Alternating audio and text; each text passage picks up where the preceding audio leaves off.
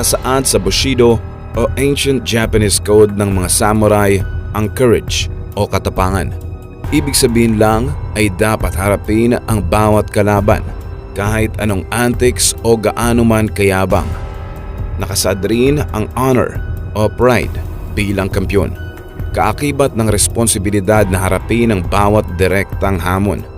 Kaya tampok natin ngayon ang hindi matapos-tapos na tensyon sa pagitan ng isa sa natitirang barahan ng Pinas kontra sa boxing superstar ng mga Hapon. It was all gas and no brakes. He showed speed, he showed power, and he ended with a devastating right hand like that. In a modern combat sports ay talagang malaki ang kitaan dahil sa hatid na entertainment. Kailangang harapin ang pulso o nais ng mga taong naglalaan ng pera kung sino ang gustong itapat sa'yo. Sa kasalukuyang era ay may mga tapatang inaabangan at dapat maganap. Isang road warrior na may dilang maanghang ang isa sa naghahatid ng excitement ngayon. What do you think about his nickname, the Monster? No way, you are no monster. I'm a rare monster. 2019 pa nang mag-umpisang mga lampag si Casimero sa bantamweight division. Finish him! Kung tutusin ay subok na subok at deserve maging pound for pound nitong Japanese superstar. He has what it takes to demolish everyone in his path. Lahat ng humarang, giba. Lahat ng nagtangka, tiklop. Liver shot! Puts down Desmaranis! Ngunit bakit hindi matuloy-tuloy ang labanang ito? Bilang dugong samurai, may belt man o wala, hindi dapat atrasan. Kaya napapatanong ang iilan, may tuturing nga bang kryptonite ang tinaguriang Cuatro Alas? May ilang factor kaya hindi natutuloy ang mga inaasahang laban. Hindi uso ang belt sa mga sinaunang pugilist, kundi beat the man who beat the man. Literal na matira matibay. Mata sa mata, pangil sa pangil ang labanan. Kung sakaling hindi maikasa hanggang magretiro ang isa sa kanila, ay masasabing one of the fights that should have happened but never happened. Kumbaga, mawawala ng halaga ang dalang baraha kapag buong mesa ang itinaob niya. Yung iba ay natuloy man subalit tumanda o nalipasan na ng panahon ang isa sa kalahok. Huwag naman sanang humantong sa ganitong pagtutuos. Binansagang People's Champion si Pacquiao, hindi lamang sa mga naabot niya, kundi isa-isa niyang binaklas kung sino man ang itapat sa kanya. Walang pinipili, walang inatrasan, at walang pakialam kahit ano pa man ang bentahe ng kalaban. Walang kabasadungis ng kartada at nakatuon ang atensyon sa kung ano pa ang pwedeng i-improve niya. Kaya lahat ng itinanim ay nagbunga at ngayoy tinatamasa ang respeto ng madla. Kung usapang bunga ay nasasabihang cherry picker ang iilang boksingero dahil sa pag-iwas sa gusto ng mga tao. Everyone will agree na magandang laban ito sa pagitan ng dalawang Asyano. We all hope someone seals the deal para magkaalaman kung sino nga ba ang halimaw sa dalawang to. In a way, it's coming. The monster is coming. 2022 ang taong sinakluban ng langit at lupa ang Philippine boxing. Laglag ang 5 Pinoy world champion na tila bangayoy dry season. Hindi rin umubra ang iilang nagtangka nga magkaroon ng trono sa bantamweight division.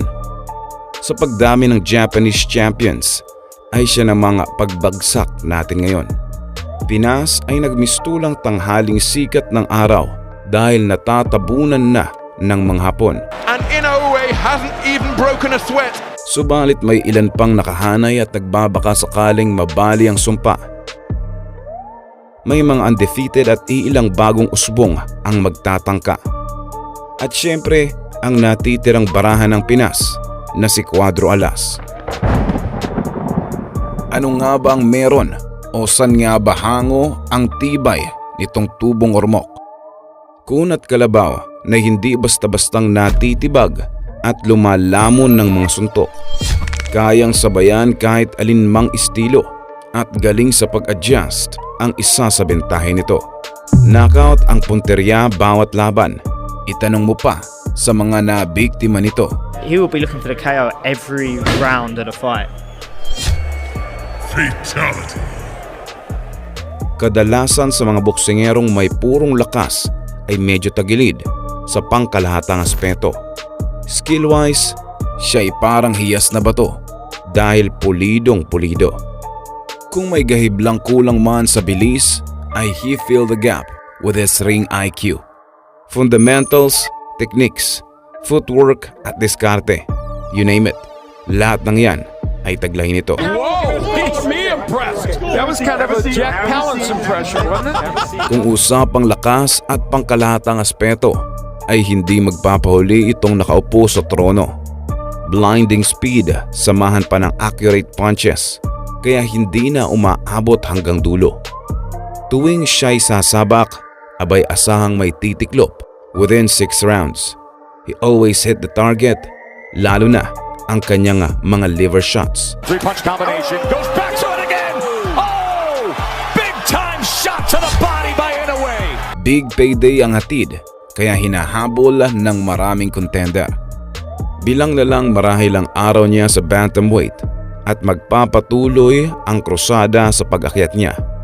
May mga iilan ring gatekeeper ang super bantamweight, kaya kailangang paghandaan. Mas mabigat na timbang, mas mabibigat na hamon. Garantisado yan.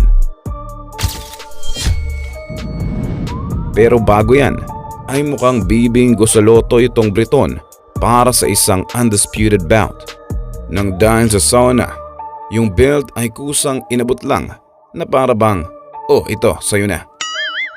Iilang moves na lang at makukumpleto na ang puzzle pieces ng naturang dibisyon. Kung uuwing victorious ang Hapon, ay hihirangin bilang kauna-unahang undisputed ngayong 4-belt era sa kontinente ng Asya. Kaso nga lang, anong silbi ng karangalan kung hindi maialis ang tinik sa lalamunan? Mananatiling bangungot na kailangang magising sa realidad upang harapin. Halimaw rin ba ang laman ng bangungot ng isang halimaw? Nakakalito, di ba? Kung sakaling maikasa, si Casimero kaya ang gaganti sa mga kababayang itinumba? O magiging pang-anim na Pinoy na idadagdag sa koleksyon niya? Caught perfectly by a powerful right hand. Kwadro alas nga ba ang makokonsiderang kryptonite ng Hapon? He's got personality, he's got conditioning, he's got power. Marahil lahat ay sasang-ayon na isa ito sa mga laban na inaabangan ngayon.